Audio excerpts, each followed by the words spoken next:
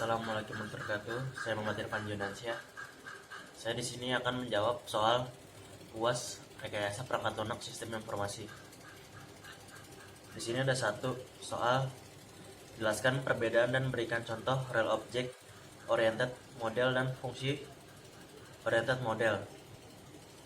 Dari pengertian pemrograman terstruktur dan pemrograman berobjek-objek, itu sendiri kita dapat menyimpulkan apa perbedaan pemrograman terstruktur dan pemrograman berorientasi objek.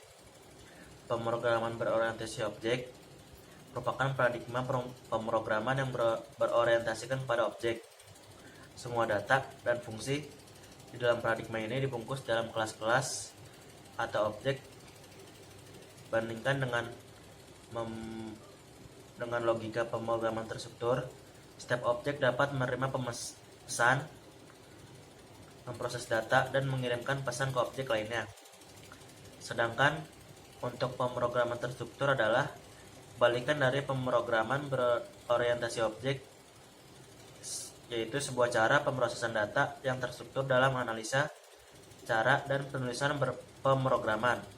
Dikarenakan terstruktur sehingga dalam pembuatannya antara satu line pemrograman dengan yang lainnya harus berhubungan. Nah, untuk soal nomor 2 di sini ada berikan contoh preventive maintenance dan prevective maintenance. Untuk contoh preventive maintenance yaitu pembersih fasilitas atau peralatan, pelumas atau pengecekan oli, pengecekan isi bahan bakar, dan apakah termasuk dalam pemanasan dari mesin-mesin selama beberapa menit sebelum dipakai beroperasi sepanjang hari. Untuk contoh prevective maintenance, contohnya adalah mengganti semua bola lampu listrik dalam bengkel atau daerah tertentu sekaligus setelah beroperasi dalam jangka waktu tertentu. Jadi tidak menggantinya satu persatu setelah bola lampu tersebut padam. Untuk soal nomor 3, jelaskanlah istilah berikut. Quality of design.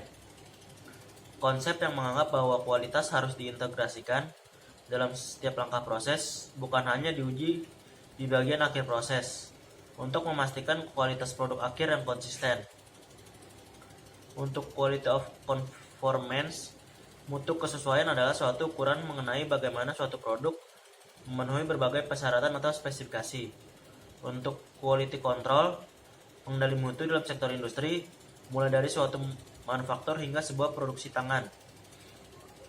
Untuk soal nomor 4, di sini ada jelaskan tentang atomicity dan konsistensi. Atomicity mengacu pada kemampuan database untuk menjamin bahwa semua bagian transaksi dilakukan atau tidak sama sekali. Jika salah satu bagian dari transaksi itu gagal, maka seluruh transaksi itu gagal. Sedangkan untuk konsistensi, memastikan data dapat dikembalikan dalam keadaan sebelum transaksi dimulai jika terjadi kegagalan, atau sebaliknya.